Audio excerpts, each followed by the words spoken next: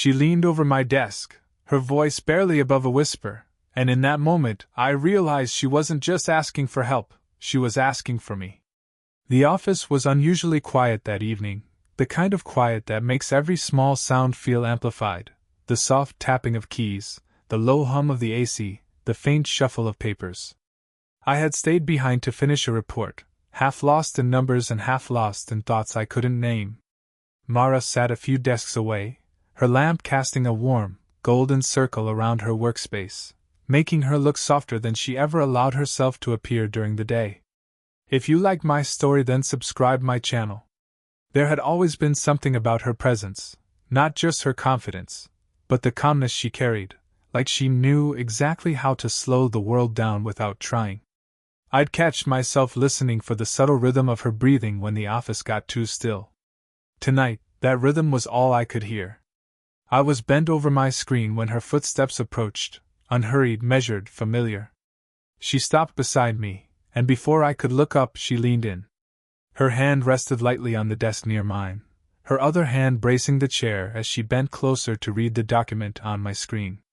The faint scent of her perfume, gentle citrus with something warm beneath, drifted in the air, and the heat from her shoulder brushed my arm, subtle but unmistakably present.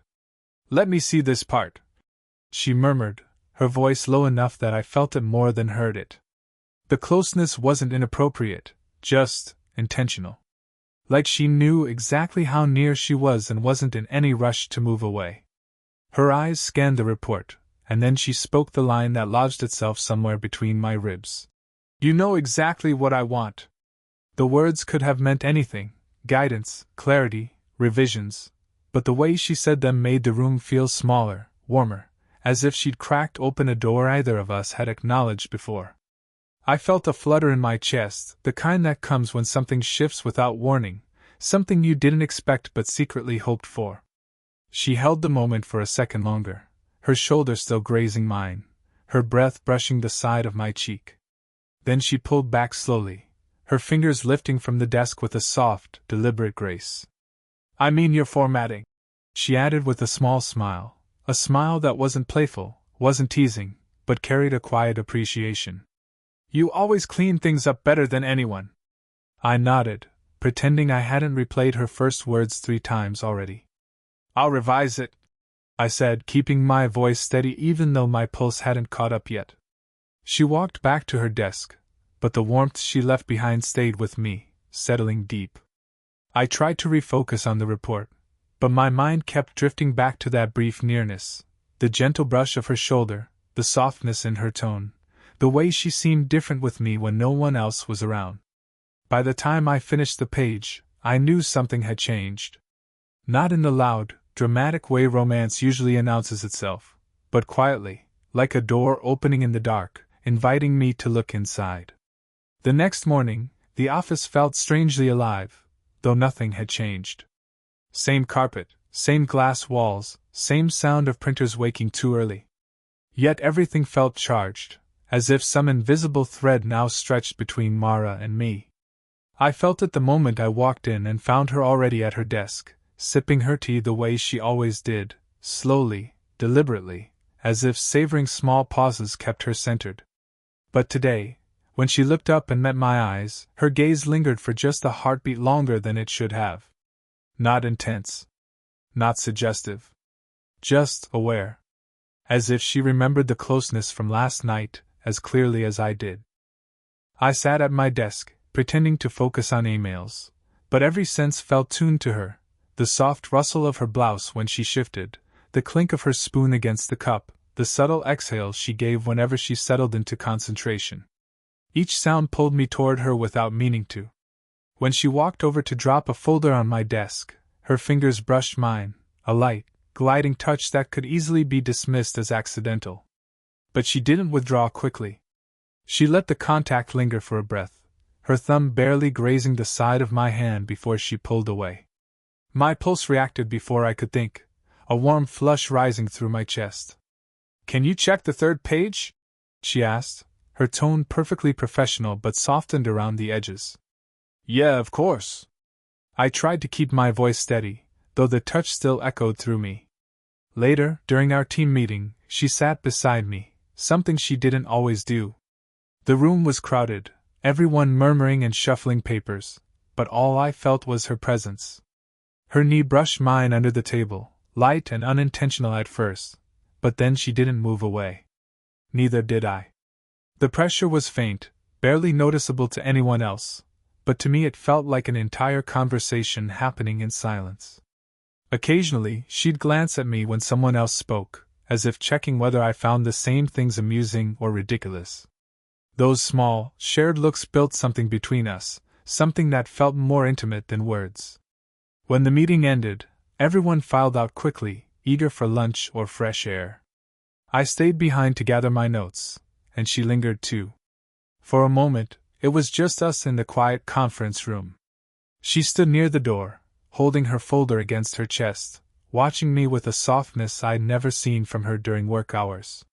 "You handled the presentation notes really well," she said, her voice gentle, her posture relaxed in a way she didn't show others.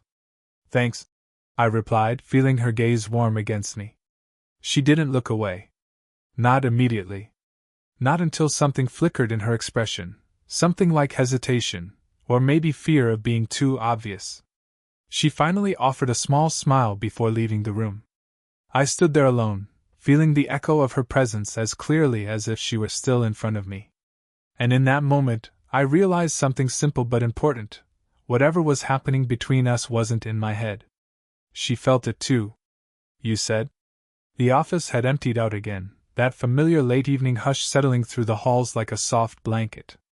Most people rushed home the moment the clock hit closing time, but Mara and I had fallen into a quiet routine of staying behind, finishing reports, fixing presentations, tying up loose ends.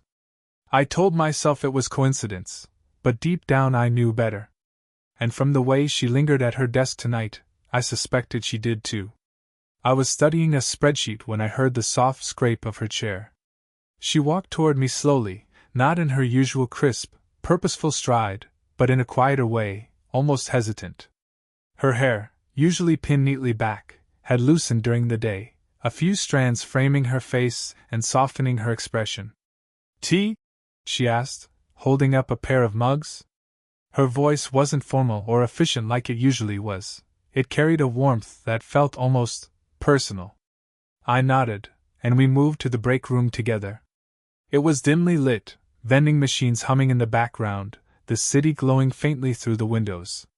Mara set the mugs down and reached for the tea packets, her fingers moving slower than usual. Not clumsy, thoughtful. As if she were thinking about something else entirely. When the kettle clicked off, she handed me a mug and leaned against the counter beside me. Not too close, not far, just enough that our shoulders almost touched when either of us shifted. For a minute, we talked about nothing. Deadlines. Coffee machines that never worked. A meeting that dragged too long. But the pauses between our words held more meaning than the conversation itself. Then, quietly, almost shyly, she exhaled and said, "You know, I don't talk to people like this." I glanced at her, catching the subtle struggle in her eyes. She wasn't someone who let her guard down easily. She wasn't someone who revealed uncertainty. But tonight she seemed willing to let a crack open, even if only a small one. "Like this?" I asked softly. She looked down at her mug, rolling it between her palms. "I spend so much time being the one who has everything together. The one who doesn't need help. The one who doesn't get rattled." She gave a small, breathy laugh. "But with you, I don't feel like I have to pretend." Her honesty hit harder than I expected, gentle but profound. I turned slightly, letting my arm brush hers, a slow, deliberate movement. "You don't have to pretend with me," I said, keeping my tone warm, steady. She lifted her eyes to mine, and in them I saw something vulnerable, something deeply human, loneliness she didn't want to name, hope she didn't dare admit, and a quiet longing she had tried to hide. Her fingers, resting on the counter, moved slightly. They drifted toward my hand, not touching, just searching for closeness. I met her halfway, letting my knuckles brush lightly against hers, and she didn't pull away. She let the contact settle, soft and unspoken, a fragile connection that said more than any confession could. The moment stretched, warm and delicate. No rush. No expectations. Just two people standing in the soft glow of a breakroom light, sharing a space that felt suddenly safe. And in that stillness, I realized something unmistakable. She wasn't just opening up. She was letting me in. Over the next few days, our closeness began weaving itself into the fabric of our routine, not through anything dramatic, but through small, unmistakable shifts. We no longer drifted into the same spaces by coincidence. It felt intentional now. Natural. As if the invisible line that once kept us in our roles had softened without either of us saying a word. Colleagues noticed, though they couldn't explain what they were seeing. They'd glance at the two of us when we entered a room together, or when we laughed quietly over something only we understood. It wasn't unprofessional. It was simply warmer than the usual office dynamic. A shared orbit. I found myself learning her patterns more intimately. The way she pushed her glasses up when deep in thought, the quiet hum she made when reading something difficult, the slight crease between her brows when she was tired. And she learned me, too, the way I fidgeted with my pen when nervous, the way I tapped my foot while thinking, the small jokes I only dared tell when she was the one listening. One evening, we stayed late again. The lights were low, the building quiet except for the occasional elevator bell echoing in the distance. I was polishing a presentation when I heard her behind me, her footsteps soft but certain. "Can I see what you've done so far?" she asked.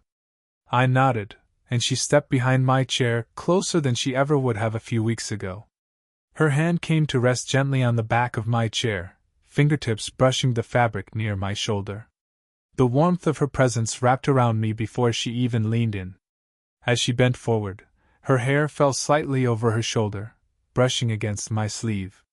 Her breath skimmed the side of my neck, not intentional, just the natural result of closeness, but it sent a quiet tremor through my chest. She pointed at the screen, her finger close enough that I could feel the faint movement of air as she traced a line of text. "Read this part," she murmured, her voice low, warm, almost intimate in the quiet room. I read aloud, though my voice felt different, softer, heavier, pulled by the nearness of her body. She stayed close, her shoulder almost touching mine, her hand moving from the chair to rest lightly on the back of my shoulder. Not firm. Not claiming. Just present. When I finished reading, she didn't step away. Instead, she paused, her hand still resting on me, her breath slowing like she was deciding something she wasn't ready to voice. "You're very good at this," she whispered, her tone carrying something deeper than professional praise. I turned slightly, not enough to break the closeness, just enough to see her face. And there it was, the expression she usually kept locked behind years of self-control, tenderness mixed with hesitation, curiosity edged with fear. "I don't usually let people get close," she said quietly, her thumb brushing the fabric of my shirt in a small, involuntary gesture. "I'm not trying to push you," I replied, my voice steady, gentle. "But I'm not going anywhere." Her eyes softened, her shoulders easing as if something inside her finally allowed her to breathe. She nodded once, small, almost imperceptible, but the meaning was clear. She wasn't stepping away anymore. We didn't touch beyond that quiet hand on my shoulder. We didn't say anything that crossed a line. But in the stillness of that moment, with her standing behind me and our breaths mingling in the soft glow of the screen, we both knew the boundaries had shifted completely. And neither of us wanted to shift them back. The shift between us, subtle, warm, undeniable, didn't come without its shadows. For every moment of closeness, a quiet fear grew beneath the surface. Neither of us said it aloud, but we felt it, the question of what we were becoming. It started one morning when Mara walked into the office earlier than usual. She greeted the team politely, but when her eyes passed over me, something flickered, not distance exactly, but caution. She didn't stop by my desk the way she usually did. No soft "good morning," no shared smile. She sat at her workstation and sank into her tasks with a focus that felt deliberately constructed. At first, I brushed it off. Maybe she was tired. Maybe something was wrong at home. Maybe she simply needed a quiet morning. But as the hours passed, the space between us grew heavy. She kept conversation strictly professional, avoided lingering in the break room, and left her office door half closed, a small detail, but enough to send a quiet ache through me. I felt the absence of her warmth like missing a light you didn't know you needed until it went out. When lunchtime came, I found myself hesitating before walking to the kitchen, unsure if she'd want me there. But she wasn't inside. She'd left her mug on the counter, tea unfinished, the water inside already cool. It felt symbolic somehow, a fragile half-gesture that mirrored her uncertainty. She avoided me the rest of the day, not with coldness, but with restraint. And strangely, the restraint hurt more than silence. As evening fell and everyone prepared to leave, she approached me. Slow steps. Quiet posture. Her hands clasped, her eyes softer than they'd been all day. Without a word, she nodded toward the empty break room. I followed. She sat at the small table, her shoulders slightly hunched, not defeated, just human. Vulnerable in a way she rarely allowed herself to be. "I think I was unfair today," she began, her voice low, the kind of tone used only when someone is about to reveal something fragile. "I wasn't sure how close I should let us be." I studied her profile, the faint tension around her mouth, the way she twisted her ring unconsciously, the small tremor in her breath. She didn't need to explain the fear. I understood it. Colleague. Senior. Junior. The invisible lines we'd been towing for days. "You can talk to me," I said softly. She finally looked at me. Her eyes glistened, not with tears, but with emotion she kept tightly guarded. "I didn't want you to think I was asking something of you that I shouldn't." She paused, struggling with the words. "Or that I was expecting more from you than you wanted." Her honesty pulled something open in me, something warm and protective. I leaned forward, keeping my voice steady. "You haven't asked for anything I don't want to give." Her breath caught, a small, barely audible sound. She looked down, letting her fingers hover above mine on the table. Slowly, cautiously, she rested her hand on top of mine. Her touch wasn't bold, it was tender, trembling, full of trust she wasn't sure she deserved. I turned my palm upward, letting her hand settle into mine. Her shoulders eased, a quiet exhale leaving her chest as though she'd been holding her breath all day. She didn't move away this time. Instead, she leaned in gently, letting her temple rest near my cheek, her body softening beside mine. The warmth of her closeness settled around us like a quiet confession neither of us needed to speak. We sat in that fragile stillness, not defined, not labeled, but understood. Whatever we were becoming, we were choosing it together.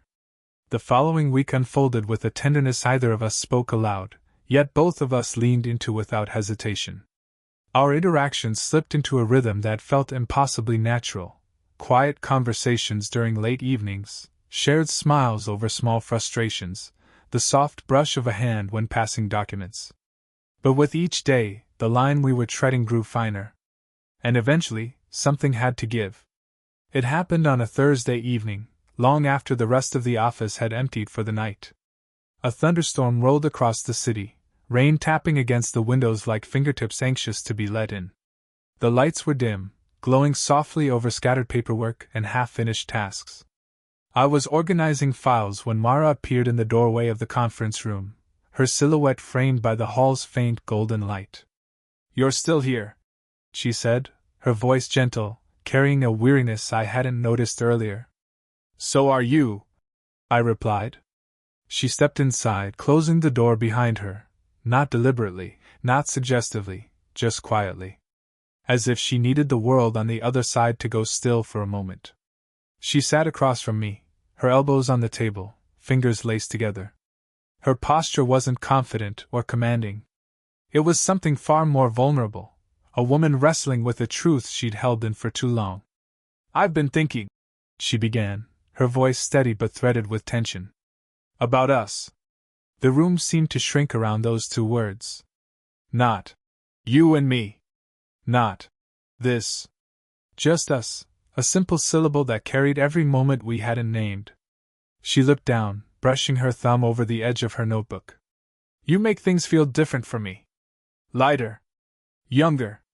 She gave a soft, embarrassed laugh at the last word.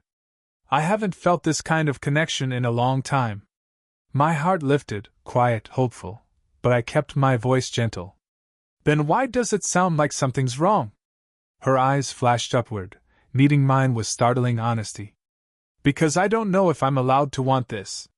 The thunder rumbled outside, a low echo of the storm inside her. I leaned forward slightly, letting the space between us close an inch. Do you think I don't feel the same?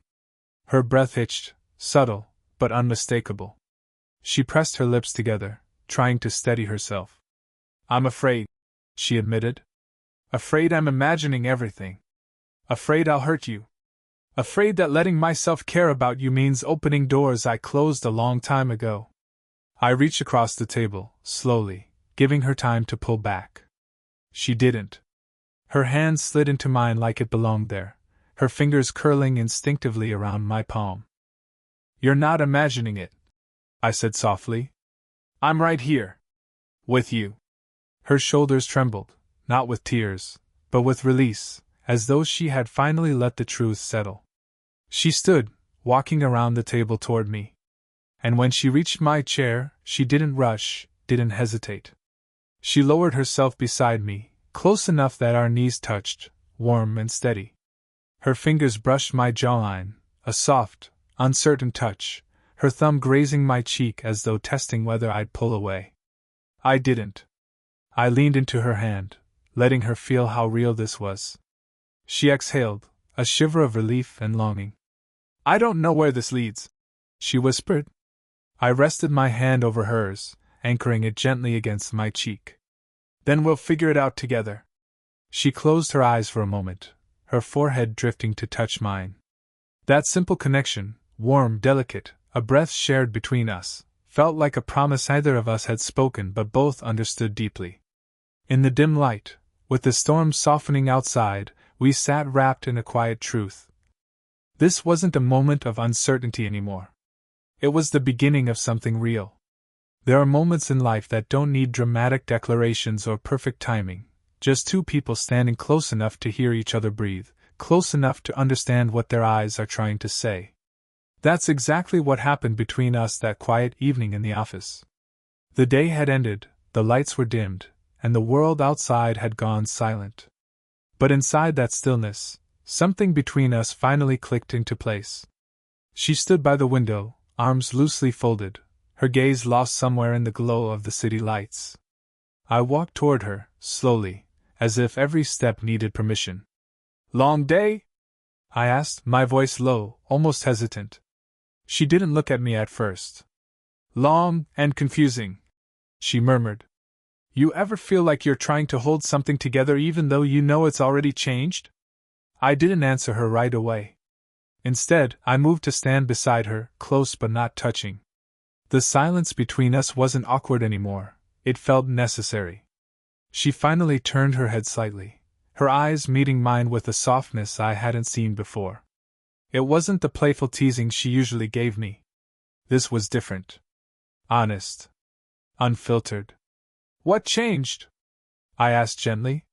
You, she said. One word. Quiet. Certain. I felt something shift inside me, something warm, heavy, impossible to ignore. I didn't mean to complicate anything, I whispered. You didn't complicate it, she replied. You clarified it.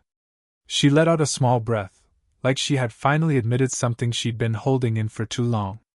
The city lights reflected in her eyes, making them look deeper, calmer, almost vulnerable.